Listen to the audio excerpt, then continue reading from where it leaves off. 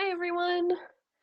Welcome to Aurelia's Virtual Book Club and the discussion of Finding Sage by Logan and Judy. Um, I've had a cold all weekend, so if I sound all like stuffy or if I start sneezing randomly, that's why. Um, I really like this book. It surprised me a little bit. Dystopia can be a very hard sell for me. Um, I refused to read The Hunger Games until my sister told me the entire plot of all 4 books in extensive detail. It took her like 4 hours. Like, okay, fine, I guess I'll go read it. Um, but I thought this one was interesting. Um, sort of a if everything went wrong, maybe this is what would happen. Um, so it was a fun thought experiment. Um, the one thing that surprised me the most though was that even though Logan told us in the interview that we should be looking forward to Eli and how awesome Eli was, that did not prepare me for how awesome Eli was. Um, yeah, that was pretty cool. Like I had a perfect visual image of Eli from just his like first sentence that he said before any description came in, which was fantastic. Um, and I liked too how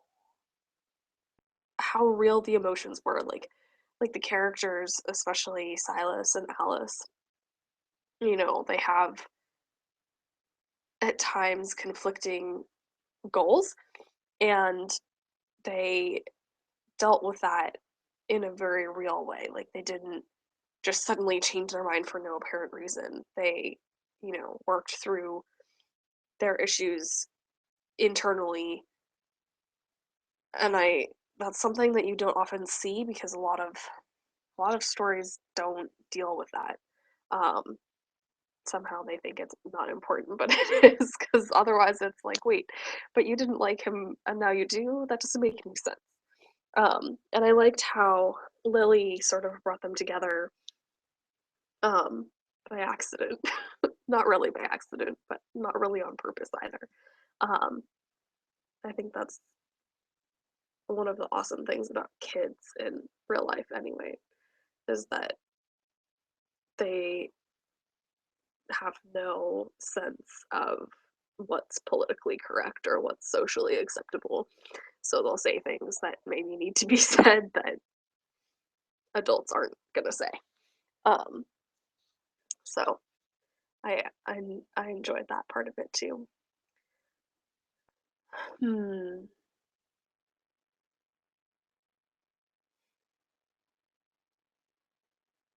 And the ending. Mm, the ending. I I was reading through it and I was like, okay, this is gonna be good. This is an excellent story. And then how the Grayson and Raj turned out to not be who you thought they were at the end. And now I want to know what happens in the next book because, um, yeah, shapeshifters always cause problems. Um, Always. This is one of the reasons why I liked Heroes so much was because um, it's a lot of people dealing with people doing stuff that's morally questionable in order to for personal gain. And then there's everybody else who's trying to do the right thing in impossible situations. Um, and I think Finding Sage has a lot of that in it as well. Um, you know, Having to do something challenging when you think that it's not going to make a difference because you're just one person, but you have to live with yourself, so you have to do it anyway. That's the type of situation where science fiction is really motivational, I think, because because you have people in science fiction who are dealing with a potential future. Maybe the powers aren't gonna happen, but maybe they are. I mean, we have no idea what most of the genes in our system do, and we have no idea what we could do with if we had added genes or whatever. Like, there's a lot of biology that is still unknown, and so it's interesting um, to think about these things and see, okay, if I were in a situation like that, what would I do? Um, I don't know. It's, you like to think that you're gonna do the right thing, but until it happens, it's hard to know for sure. Um, Hopefully it won't happen. Hopefully nothing bad ever happens, but reality is reality. Unfortunately, reality is hard. This is another reason why science fiction and fantasy are awesome, is because, not reality.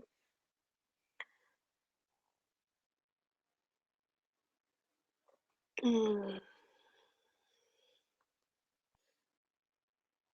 I'm curious what happened to Australia in Finding Sage, or I guess in the prehistory to Finding Sage. I'm hoping that maybe the next book will go into that more, but I don't know. It seems kind of that reminded me a little bit of District 13 in the Hunger Games. Um, a place that has been removed from maps that still exists, but nobody wants you to know it's there. Um, I guess that also reminds me a little bit of all of the theories about Area 51, too. I don't know. Sometimes it's hard, conspiracy theories are conspiracy theories, but there's also a lot we don't know. So, yeah.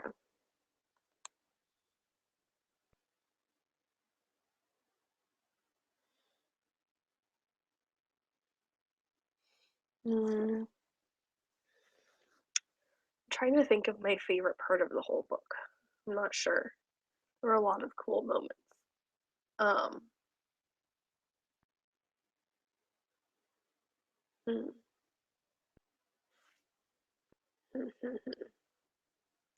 I think, well, like I said, I really liked the part where Alice and Silas sort of not get together because they haven't really yet, but they start becoming friends instead of enemies. Um, I like that part. And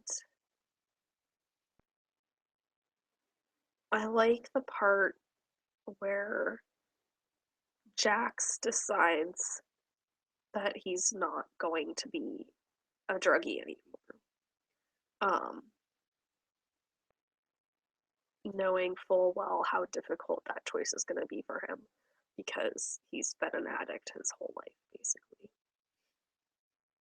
Um,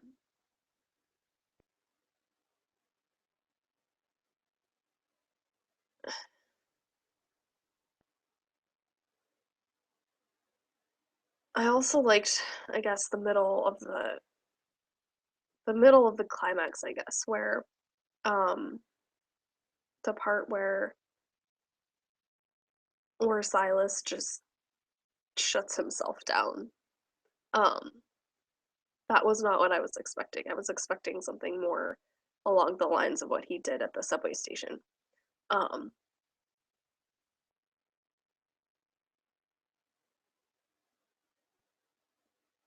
but that's not what happened.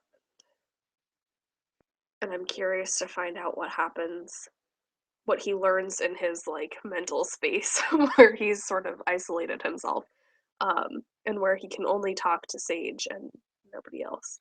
I'm curious to see how he learns how to use his abilities to the full, because what he's doing is so intuitive right now, and he hasn't really learned how to tap into the full spectrum of what he can do.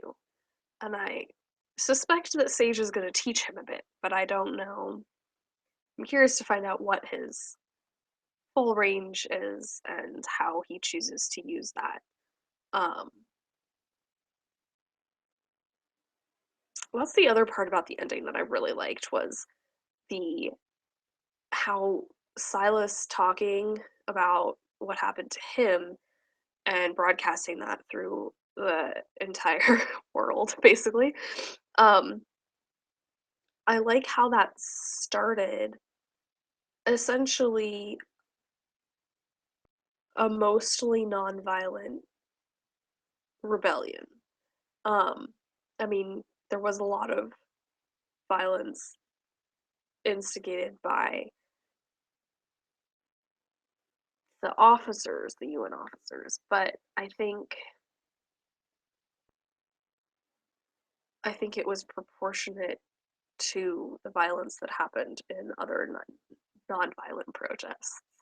Um, and that felt good to me because so much science fiction, well, so much dystopic science fiction. Um, and this is one of the reasons why I'm not a huge dystopia fan, is, you fight back with violence, always.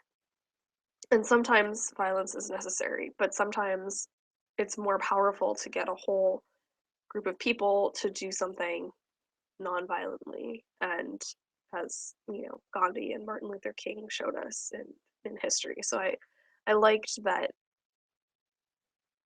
Logan brought that concept in and didn't sort of overlook that nonviolent protesting had worked in the past, and it makes sense that at some point in the future it'll work again. Maybe something will have to happen,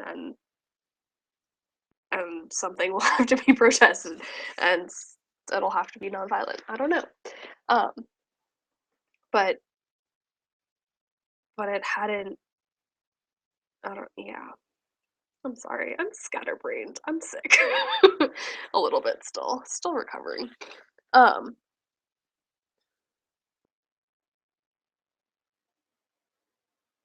yeah. Let's see. Mm, hmm. I thought it was a little bit odd that as Silas figured out the breadth of his capabilities in the middle towards the end, he stopped having the overwhelm. And I don't know if that's because he wasn't fighting his power anymore, or if it was because he was better able to process the information because he wasn't trying to use his conscious mind. Maybe he was using his subconscious or something. I don't know. Um, Supposedly, our subconscious can process much faster and much larger quantities of data. So I guess that would make sense. Um, hmm, it was a fun read for sure. I enjoyed it. Um, Eli definitely surprised me. uh,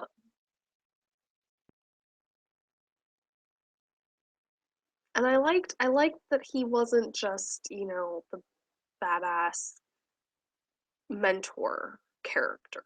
Um, there's a lot of science fiction where you have someone who's been well trained in martial arts and well trained in technology and can do everything, and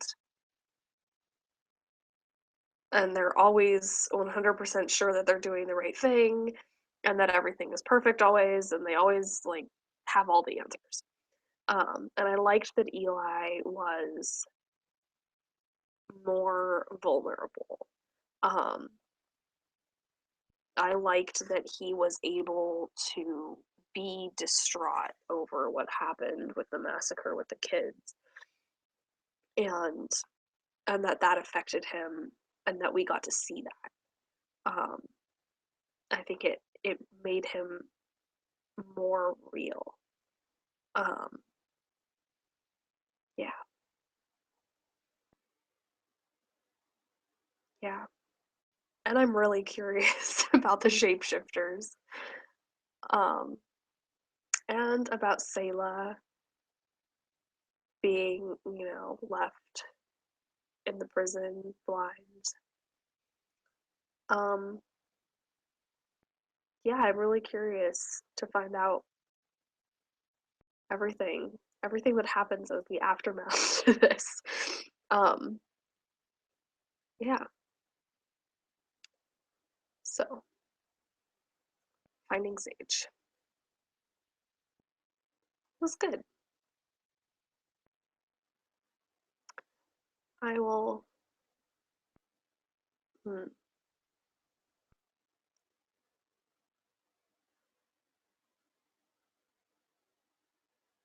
I'm curious, I guess, too, about the details of how everything happened. I mean, it makes sense, sort of, but we didn't get a lot of detail. Um,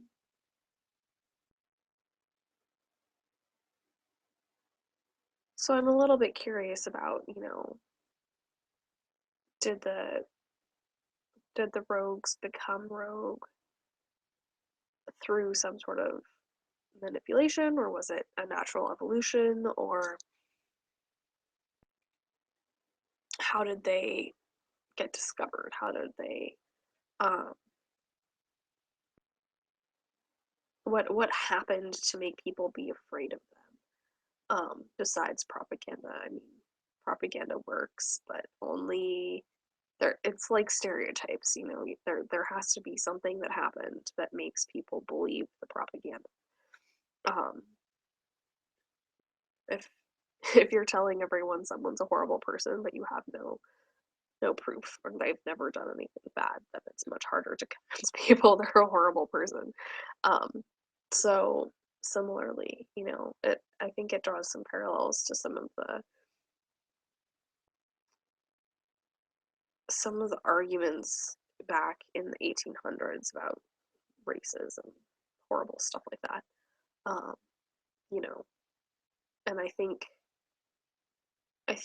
it mentioned this a little bit in Finding Sage, and maybe it goes into it more in the next book. But I think I think it's interesting to talk about issues of race and issues of class and issues of power in the context of people with special abilities versus people without.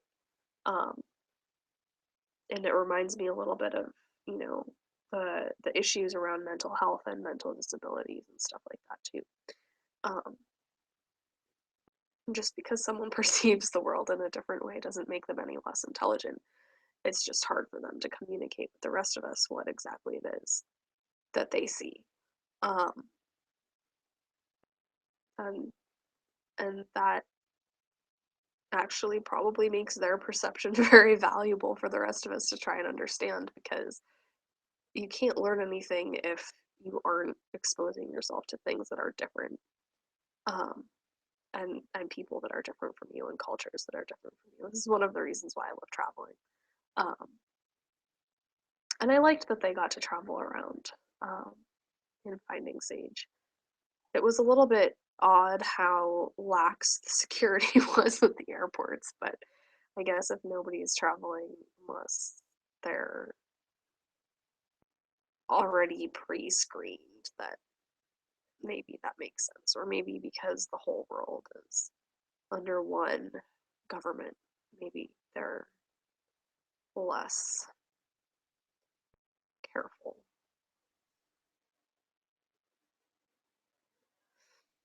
Hmm.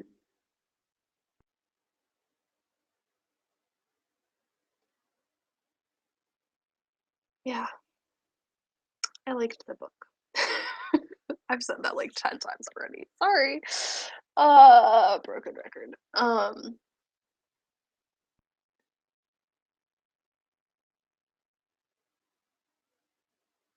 Yeah. It's definitely a good book for, like, thinking about different aspects of reality, you know? Um, the whole torture thing in the prison and being arrested for no apparent reason, stuff like that, you know? It happens a whole lot more often than we wanna think it does, which is a problem that nobody really wants to deal with because it's tied up in politics and government and, yeah. So, I hope you enjoyed it. I'd love to hear your thoughts. Um, yeah, I'll be back next week with completely different, well, I guess only a little bit completely different. It's I think it's an urban fantasy, so that'll be fun.